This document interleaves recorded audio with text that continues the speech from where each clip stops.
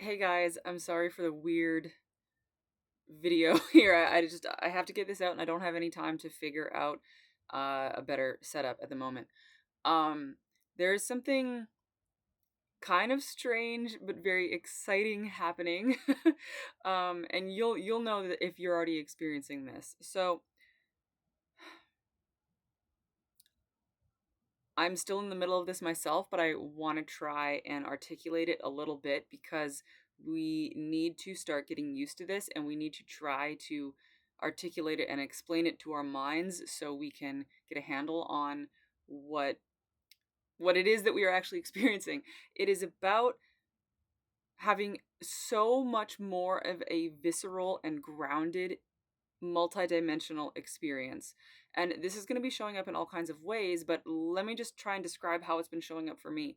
So, what I've been experiencing is especially when I'm around other people, like I'm experiencing this by myself, but it is so much more pronounced when I'm in a room with at least two other people, even just one other person, but especially if there's like 10 people, it is so much more pronounced because what's happening is that I am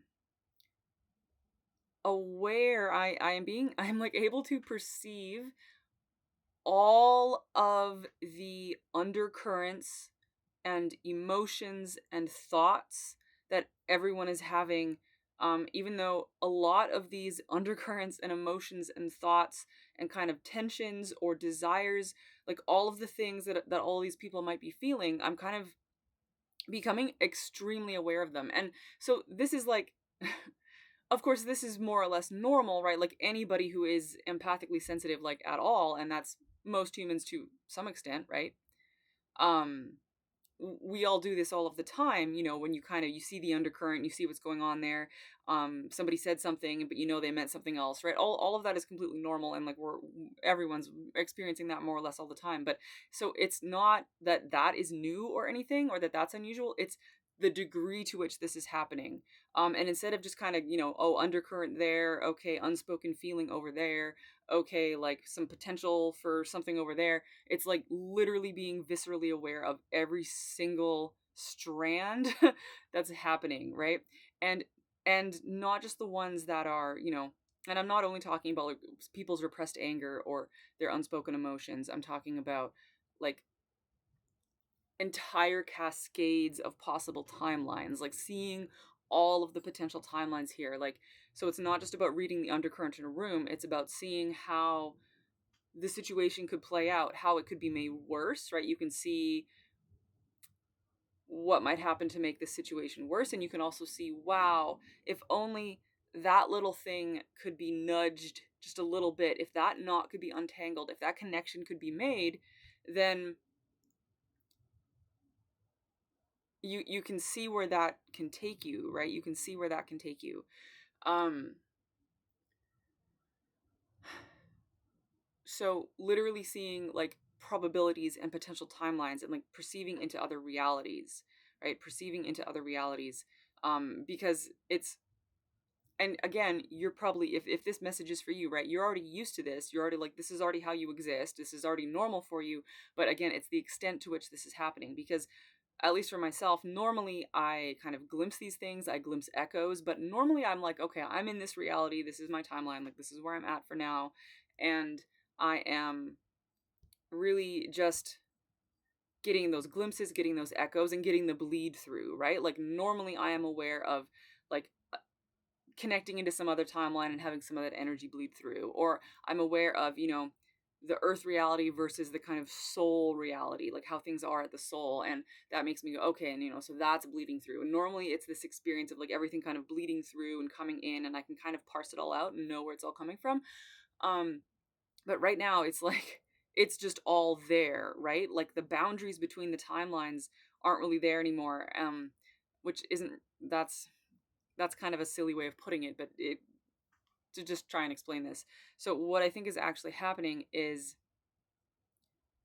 we're just this is going to be happening for you when your consciousness has expanded to the point where it is actually encompassing all of this, right? It's encompassing all of this, all of these different layers, They all exist simultaneously, and you are now experiencing them simultaneously.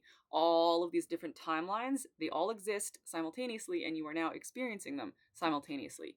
All of these different layers of dimensions or density, they all exist simultaneously, and you are now experiencing them simultaneously, right? It's all happening simultaneously. It is all real. It is all there to be read. It is all there to be experienced. And it is all there to be, I almost want to say like manipulated, but but I obviously, like, I don't mean like, going in there and like nastily manipulating things. But that's part of this, is you're gonna have to learn and understand for yourself, like, what to do with all of this. Like, what do you do now that you're swimming in this multidimensional fact, right? What do you do with that?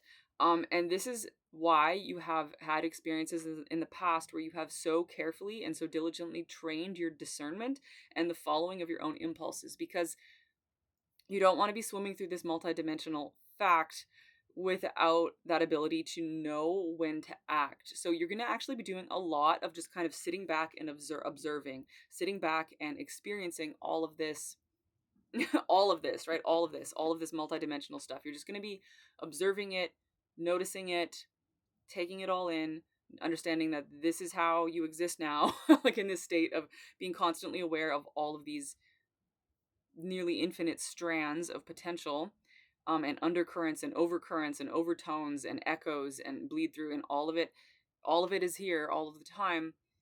And if you were to try to act on all of this and to do a lot of things, that's gonna create a lot of chaos. So at least what I'm doing for myself is I am very carefully taking a look and going, I see how this situation, this timeline, this person, this event, whatever, how it could be kind of nudged, or how it could be connected to something else. And then we could get into this better feeling experience, right? We could like portal into this other reality. But it's like, if we try to make those decisions or those choices from our minds or from our egos, that's just going to be kind of creating chaos, which isn't necessarily a bad thing. And that could be its own path, right? That could be its own good thing to do. Like, because some people will be called to be chaotic agents and to open up more probabilities by acting chaotically. So I mean, maybe that's you, but for me anyway, so you'll have to figure out what this is for you, but for me anyway, I'm finding that a lot of it is actually me going, no, I don't actually need to get involved in that. No, I don't actually need to get involved in that. No, I don't actually need to get involved in that. But then there will be some times where, I think if I just make a small little connection here and there, that can actually make a big difference. And I feel that call to make that small little connection, like maybe with someone, and that could be something like texting somebody a smiley face, or if you're standing in a group and you kind of notice that one person might be feeling kind of left out, and you're like seeing their whole like experience in your mind, in your perception, you might just turn to them and smile at them and like include them in the conversation with like a little offhand comment. And you would and then now you can see, if you do that 10 times, you have dramatically shifted the trajectory of that reality, just through these tiny little micro actions, right? Those tiny little micro actions. And it's important to be doing this and practicing this from like a really selfless space, right? It is a really selfless space, because then you're not operating from the mind or the ego. Not that I don't want to get into that thing where we think the mind or the ego are bad, but what I'm trying to get across here is that acting from this non-egoic space, acting from this space of co-creating with the universe, acting from this space of just following those intuitive nudges, following those little moments of inspiration. Like, can you feel how, you'll just have to feel this, right? I think you can feel how when you're just following those spiritual nudges, that's when you're acting from a selfless space, and that is actually better for yourself and better for everyone else. And when I mean better, I mean it's just creating more pleasant connections between people. It is hooking people into more enjoyable timelines. It is allowing for more growth. It is allowing for more just enjoyable experiences. And of course, we still need the chaotic experiences. We still need the kind of darker, or more conflict ridden experiences, right?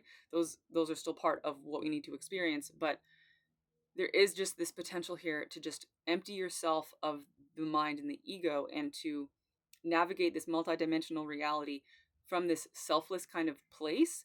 And what I've been finding is that that is just really enjoyable, and it creates a lot of what I want, both for myself and for others. And it's quite liberating to just do that, because you're just not really thinking about what you're doing and you're just connected into your higher self, and you're just co-creating with the universe, essentially. um and that, all those little micro connections that you're making, it is good to practice that, because there is a bigger potential here to be hooking into, like, portal. Why am I saying hooking? To be portaling, to be holding open a portal into a really good timeline. Like, might I even say your highest timeline, quote unquote, for lack of a better word, your highest timeline, or what I am calling the golden path, because I see these really good, really good timelines, like they shine golden, right? So they're like the golden timeline or the golden path, and they're just so good for anybody who portals into them, right? They're already real, they already exist, but you have to like hold open a heart portal to get into those golden timelines. And we do that through, at least that's how I'm experiencing it, right? I'm experiencing it like I hold open the portal to that golden timeline. I do it through this experience of selfless action, essentially. The funny thing is, it might not look selfless to the people around me, because I tend to get a lot out of it. Like, when I act selflessly, I actually end up really enjoying it, and I end up getting things that I want, and the people around me end up getting things that I want, and it ends up being like really good for everybody. Although sometimes it can create it might sometimes challenge people. This is a lot of what might be happening when you take a selfless and inspired action. You might challenge people to confront something that they have submerged, right? They might have to confront some repressed feelings, right? It might bring to light some of these submerged experiences that, that they have been repressing, submerging, or not being able to tune into, right? It might bring things to the surface for them to work through, or for you to work through. um and that is, again, why it is really helpful for you to be understanding when you are actually acting from a place of selfless inspiration, because then you won't feel bad or guilty when your actions essentially create a healing moment for someone else. Because it might look challenging for a minute there, but it's really a healing moment. And it's just really good for you to really be able to feel that, oh, like, I wasn't acting selfishly, and I wasn't being an asshole.